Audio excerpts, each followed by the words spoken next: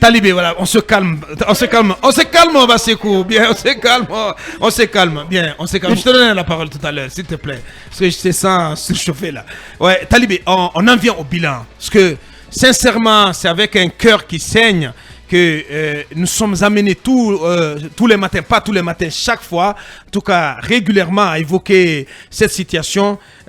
Sincèrement, moi je n'en peux plus. Je disais à cabinet hier, sincèrement, moi j'en suis fatigué. Talibé, de voir le sang du Guinée continuer à couler. C'est parce qu'on nous a promis le 5 septembre. Oui, malheureusement, on nous offre les mêmes scènes, la même brutalité répressive, la même animosité, je dirais même, de nos frères des forces de l'ordre contre d'autres frères guinéens. Ouais. On a vu des images. Vous avez vu l'image de ce jeune qui a été tué à Koza, le crâne ouvert? Complètement ouvert. Vous dites? C'est un véhicule d'intervention qui lui aurait roulé sur la tête. Absolument. Mon Dieu. C'est le comble Aboubacar.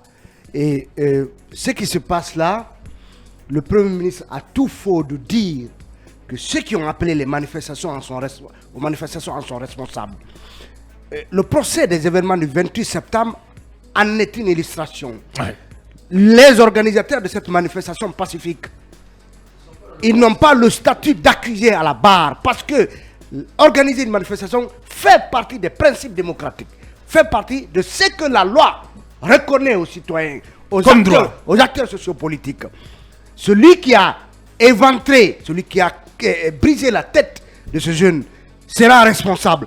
Celui qui l'a envoyé et qui justement a exercé un commandement en déployant ses hommes avec des armes. Ouais. En seront responsables. Monsieur qui a déployé cet individu qu'on a vu, dont l'image a circulé? Oui, qu'on présente comme étant un monsieur des forces spéciales. Ouais. Qui, donc, on l'a vu, avec une arme, menacer des gens. Est-ce que, comme certains le disent, par endroit il a tiré sur des gens?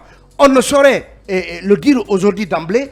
Toujours est-il que tout ce qui s'est passé, ces morts-là, Mamadi Doumbouya en est comptable parce que c'est lui, le commandant en chef des forces armées, chef suprême des armées, et bien évidemment c'est sous son règne.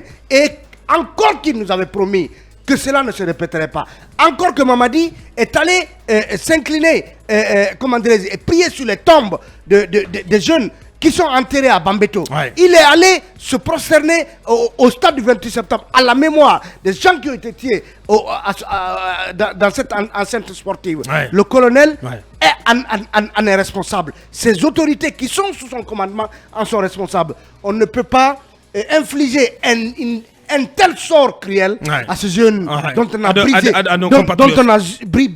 brisé la tête.